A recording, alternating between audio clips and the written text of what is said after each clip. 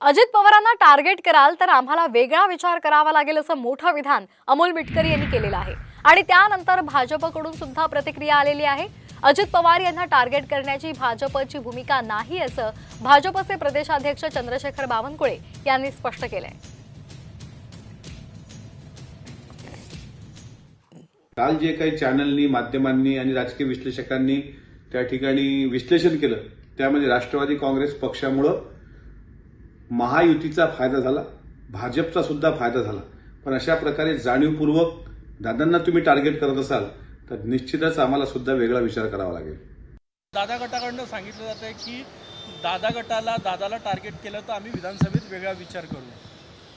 नाही, कोणी म्हटलं आणि कशाला म्हटलं? आमच्याकडनं असं कोणी बोलतही नाही, आमच्याकडनं कोणी असं प्रयत्न करत नाही। ज्यांनी हा प्रयत्न केला त्यांना लखला, पण आमच्याकडनं अशी कुठली भूमिका नाही।